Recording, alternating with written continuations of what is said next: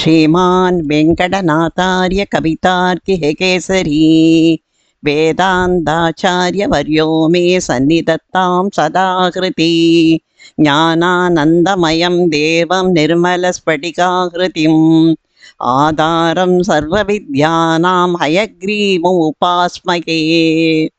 திருப்பானாழ்வார் வைபவம். திருவுரந்தை வளம்பதியில் கார்த்திகை மாதம் புதன்கிழமை ரோஹிணி நட்சத்திரத்தில் திருமாலின் ஸ்ரீவத்சத்தின் அம்சமாய் சென்னல் பெயரில் தோன்றியவர் இந்த ஆழ்வார். நம் பாணநாதன் என்று வேதாந்த தேசிகரால் உரிமையாக கொண்டாடப்பட்ட ஆழ்வார் இவராவார். நெல் பயிரில் தோன்றிய அவரை பாணர் குலத்தில் சேர்ந்தவர் ஒருவர் கண்டு, சுற்றுமுற்றும் யாரும் இல்லாமை கண்டு குழந்தை பாக்கியம் இல்லாத அவர் ஸ்ரீமன் நாராயணனே தனது நிலைக்கு இறங்கி இந்த குழந்தையை கொடுத்து அருளியுள்ளார் என்று மகிழ்ந்தார். குழந்தையை கொண்டு போய் தனது மனைவியிடம் கொடுத்தார். அவள் மிகவும் மகிழ்ந்து பசுவின் பால் போன்ற தூய உணவினை கொடுத்து அந்த குழந்தையை நன்றாக வளர்த்து வந்தாள். திருமால் அருளால் பிறந்த இவர் தாம் புகுந்த குலத்திற்கு ஏற்ப யாழ்ப்பாடலில் தேர்ச்சி பெற்று பாணர் குலத்தலைவர் என்று தோன்ற திருப்பாணர் என்று அழைக்கப்பட்டார்.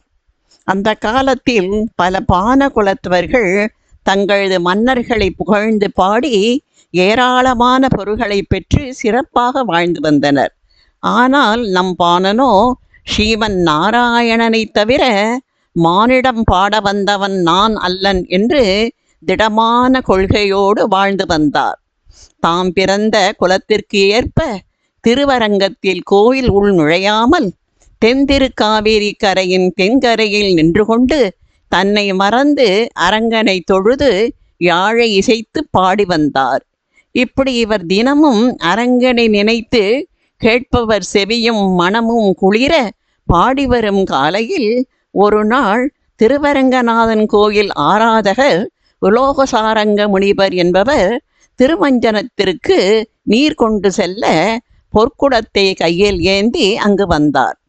அவர் திருப்பானாழ்வாரை கண்டு கைதட்டி கூவி அப்பால் செல் என்று கூவினார். தன்னையே மறந்து அரங்கனிடம் ஈடுபட்டிருந்த அவருக்கு அந்த குரல் காதில் விழவில்லை. நகராமல் அங்கேயே நின்றார்.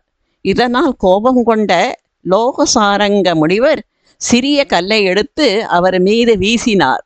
அது பாணனின் நெற்றியில் பட்டு இரத்தம் கொட்டியது.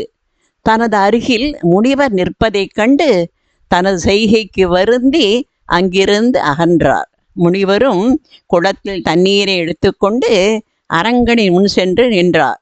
அரங்கனின் நெற்றியில் இருந்தும் இரத்தம் பெருகி கொண்டிருந்தது. இதனை முனிவரும் கோயில் அதிகாரிகளும் அரசனும் அறிந்து என்ன செய்வது என்று தெரியாமல் திகைத்தனர். ஏற்கனவே ஒரு நாள் ரங்கநாச்சியார் பல காலமாக நம்மை பாடி வருகின்ற பாணன் வெளியிலே நின்று கொண்டிருப்பதை பார்த்து கொண்டு நாம் பேசாமல் இருக்கலாமா என்று கேட்டிருந்தாள். தாயாரின் விருப்பத்தையும் தனது பக்தரின் விருப்பத்தையும் நிறைவேற்ற ரங்கநாதன் திருவுள்ளம் கொண்டார். அதற்குத்தான் இந்த திருவிளையாடல் போலும்.